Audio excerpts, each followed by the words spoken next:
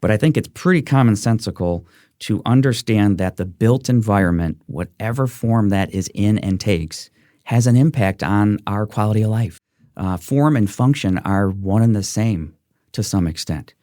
And I think, what we're doing is recognizing that and saying, we're not going to build strip mall USA in our inner ring suburb of a major city.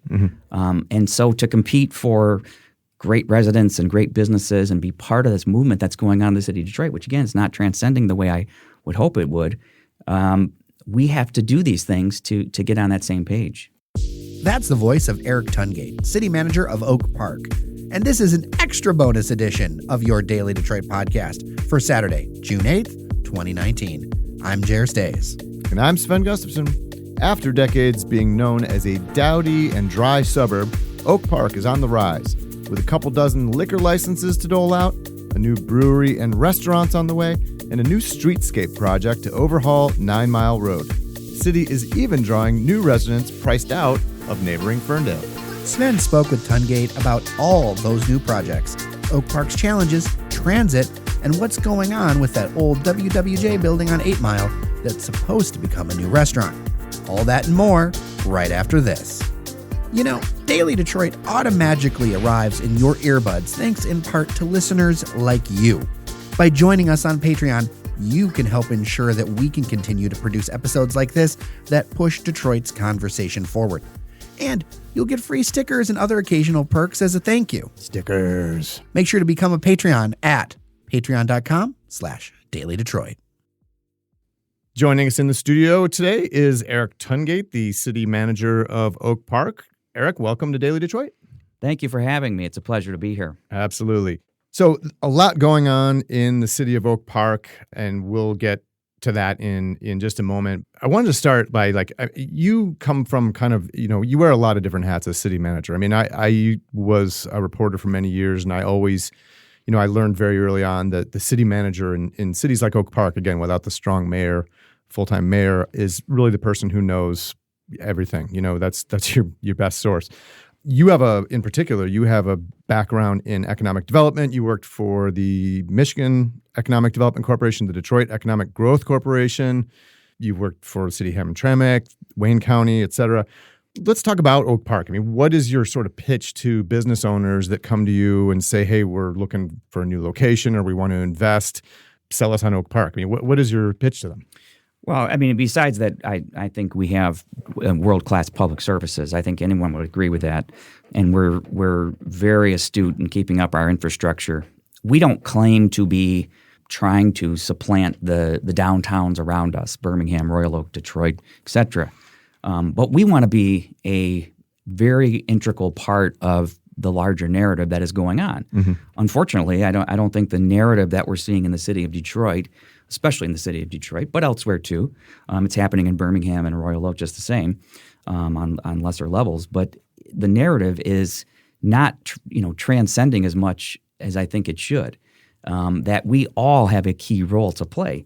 In Oak Park, we're a bedroom community, but our objective is to be the very best bedroom community, meaning we will provide the highest quality of life for those who want to live their best life in our community. Right now, we are targeting a whole bunch of different public infrastructure improvements that cater to when you come home from work, mm-hmm. after you've come home from work from your job in Midtown Detroit or Birmingham or whatever, that you can bike with your family, safely bike with your family, or you can partake in activities that you couldn't otherwise partake in. Mm-hmm. So that's our objective. We also, I will say, economic development-wise, Oak Park is probably the most primed example of policy changes that are now leading to some advancements. And one of the best examples is when I came to become the city manager in 2012, Oak Park was a dry city. We did not allow alcohol to be consumed in any establishment. Restaurants, bar. We didn't allow bars. You didn't have any bars. Didn't have any. And this issue had gone to the voters 4 previous times and failed.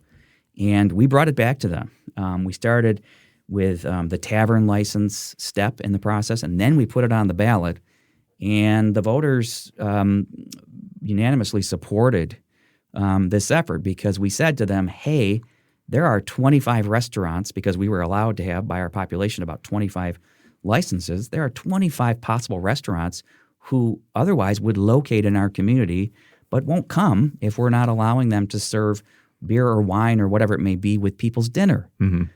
So we've since changed that. This has been a few years back now, and we're now seeing this proliferation of new restaurants. We have a brewery coming, a whole bunch of other interested parties now. Yeah, and we'll get to some of those specific new developments coming down the pike.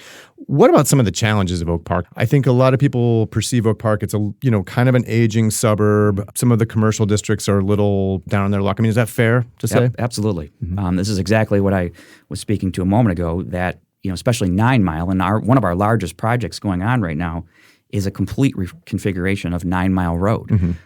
Most people will note the changes that the city of Ferndale has undertaken on their portion of 9 Mile, and we are going to continue those changes and actually probably one-up some of the improvements that were made. We have a bike path. We're actually closing 2 neighborhood streets that empty into 9 Mile and turning those into pocket parks, really true pocket parks. We're getting rid of 2 lane miles on 9 Mile going westbound. Otherwise known as a road diet, right? Right. That's the popular phrase of it. Yeah. But I mean, people don't realize, I think, that Ferndale did that back in the, 90s, I believe, because 9 Mile used to be 4 lanes, 2 lanes in each direction, and fairly high speed limit and everything. And all the, I remember talking to the old, you probably met him way back in the day, Tom Barwin, their old activist city manager, and he told me that all the businesses on 9 Mile made you enter in the back, like the front doors were permanently locked, and they'd say go to the back near the parking lots, and they put it on a road diet and encouraged people to walk on the sidewalks and encouraged the downtown business owners. Anyway, I digress, but there are reasons to do this, right? Absolutely. I'm an MBA, so I'm not some urban planning expert or anything like that. I never claimed to be. But I think it's pretty commonsensical to understand that the built environment, whatever form that is in and takes, has an impact on our quality of life. Form and function are one and the same to some extent. And I think, what we're doing is recognizing that and saying, we're not going to build strip mall USA in our inner ring suburb of a major city.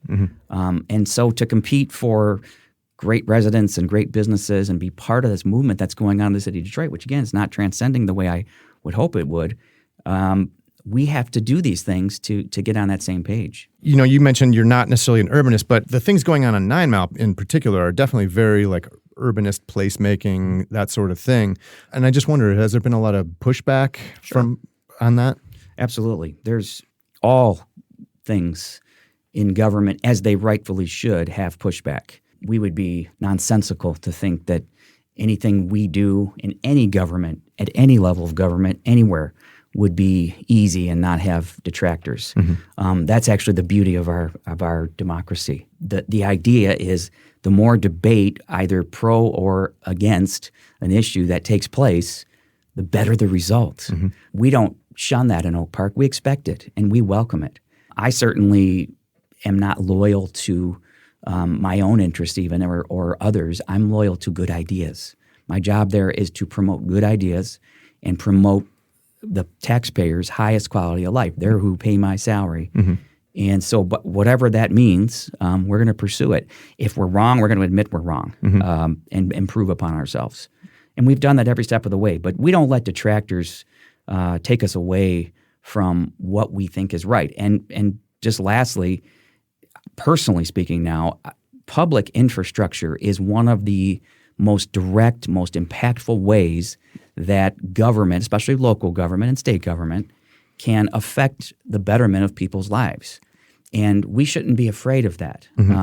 We're about to build a aesthetic bridge project over top of I-696.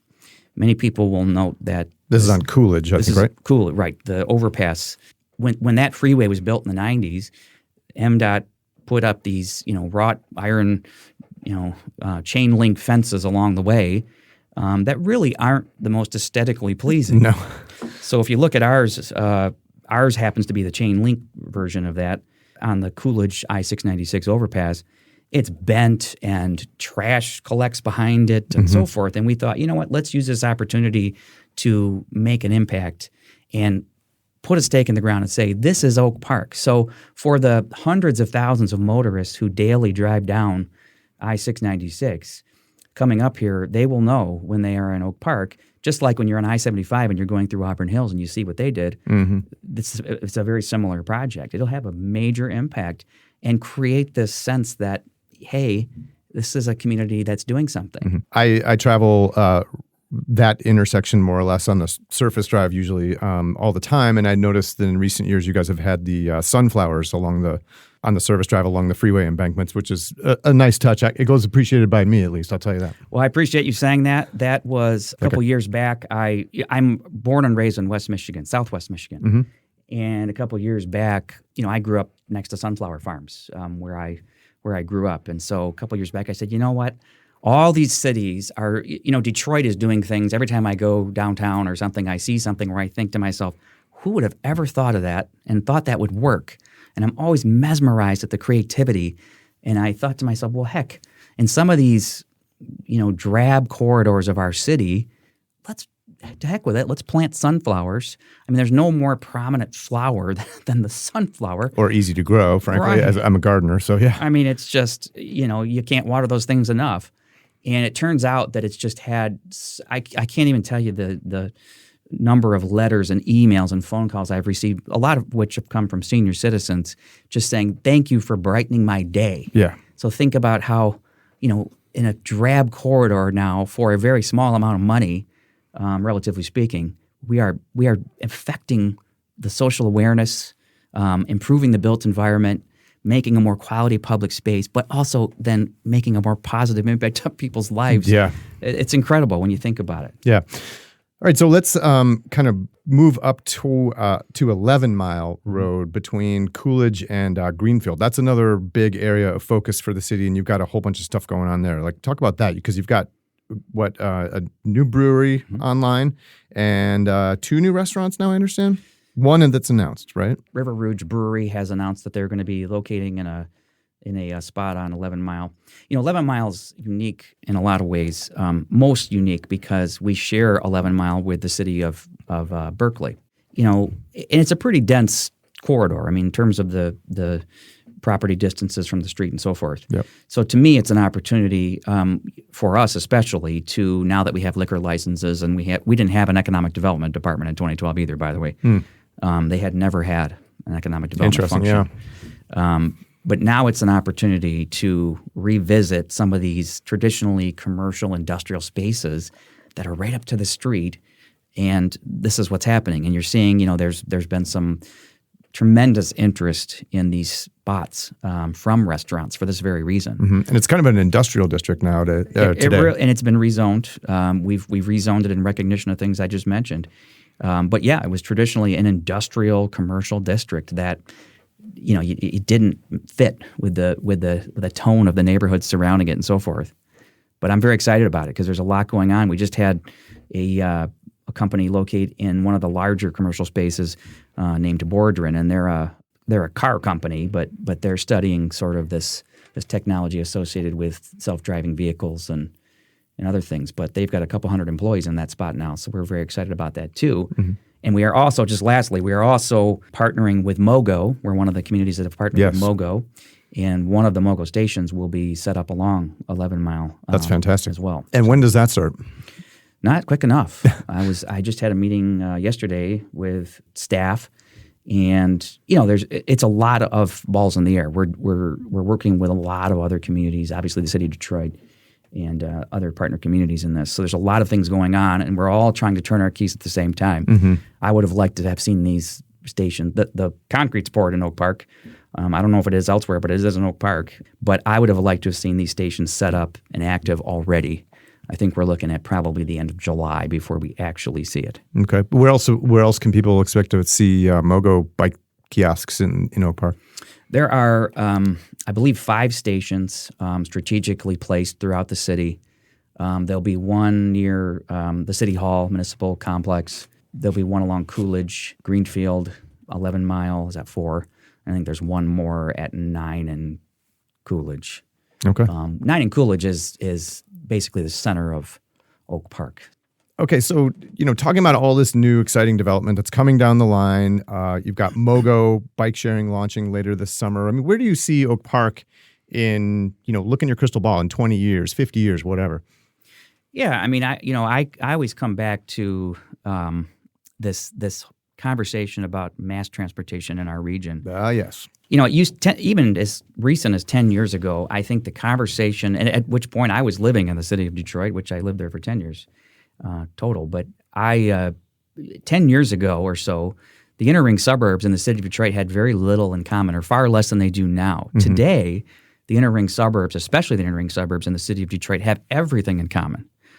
Their futures are undoubtedly tied to each other. When I think about the lack of fixed light rail, and notice I'm saying that very specifically, I think of a lack of courage. Leadership involves courage and political will. And this is the elements that's missing. What are we talking about after all? We're talking about railroad tracks and train cars. That's not rocket science. It's done all over the world. Mm-hmm. We can do it here too. It just involves courage and political will.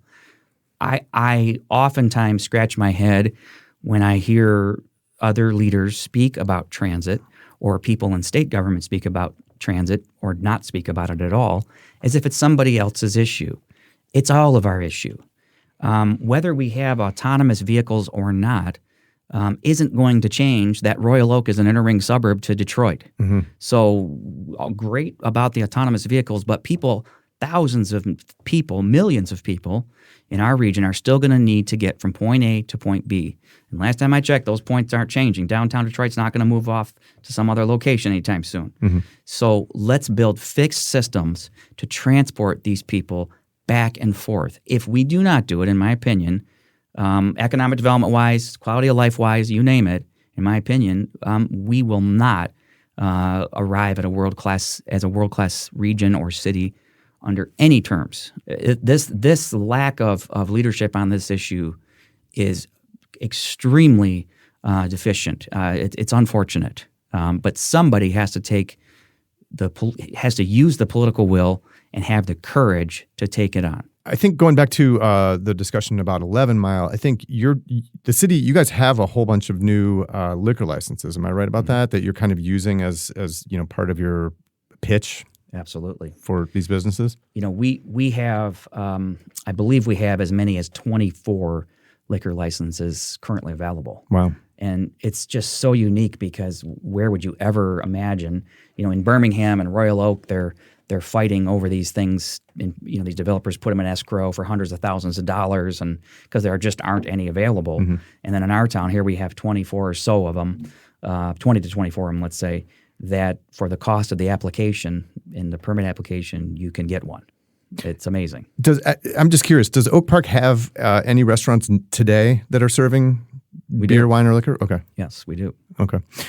With 11 Mile, though, I was actually driving through there the other day, and as I mentioned, it's an industrial district, and it dawned on me that, because I was thinking about this interview, it dawned on me that that's going to be slightly challenging from a perspective of that's well off the beaten path for entertainment, food, and drink, options and everything. Do you have any plans? Does the city have any plans to sort of try to market that as a destination? Because it's just, it's not in people's muscle memory to cruise down 11 Mile in Berkley Oak Park to look for a place to eat. It hasn't been. If I could liken that to another situation, another area, Woodward Avenue in downtown Detroit in the lower Woodward corridor hasn't been in people's psyche as a shopping destination for 40 years. That's true. That's now changing. So the expectation I have is that the market will drive that. But again, that's also fully aware. We're going in with our eyes wide open in terms of we don't plan to supplant or be a weekend destination. We plan to be a really great bedroom community. Mm-hmm. More of a 24-hour. Right. So when you come home, there's a nice cafe where you and your family can have a drink and dinner. I understand that you're also looking at potentially doing another road diet there in that same stretch of 11 miles. Is that right? Yeah, we've received some grant dollars to do a study along Coolidge and 11 Mile. Mm-hmm. We certainly will pursue any other portion of the city. There aren't many others beyond Greenfield, or even I'd like to revisit 8 Mile with working with MDOT in terms of what we're doing there. But we have a grant we're going to be studying, and if the results of that recommend that we do a road diet there as well, then we'll certainly give that some credence. Mm-hmm. I have to ask you, because we talk about it a lot, and I think there's a lot of interest in it. What's going on with Union Joints? They were supposed to take over that old WWJ transmitter site down on 8 Mile Road and turn it into a restaurant called 8MK. And it seems to have been stalled. It was announced, I think, almost 3 years ago. And here again, obviously the city, we want this to move as fast as possible. One of the things that was discovered as part of their due diligence, the private developer's due diligence, Union Joints that is, was that there was some undiscovered environmental contamination that had leaked into that site. Ooh. So they are now working to remediate that. What kind of contamination do you know? I don't know the specifics of it, but it was from an industrial site next door to it that had leaked in that they otherwise had not discovered in their previous Phase 1 and 2 environmentals. We are assured by Union Joints that they will finish that project.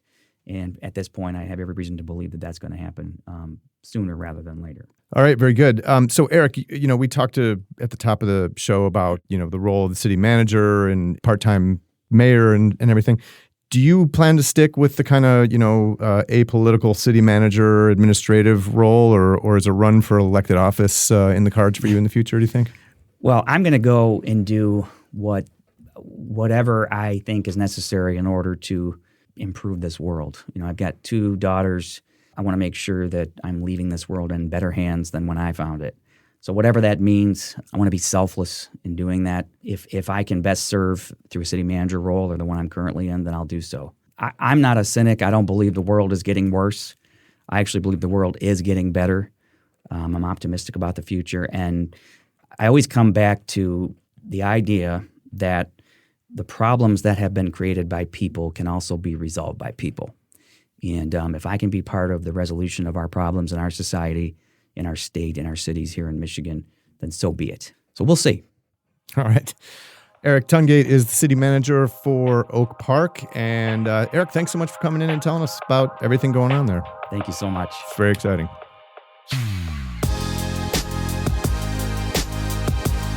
That's our show for today, friends. Thanks for listening. Make sure to tell a friend about it. I'm Jer Stays. And I'm Sven Gustafson. Take care of each other, and we'll see you around Detroit. You're listening to the Podcast Detroit Network. Visit www.podcastdetroit.com for more information.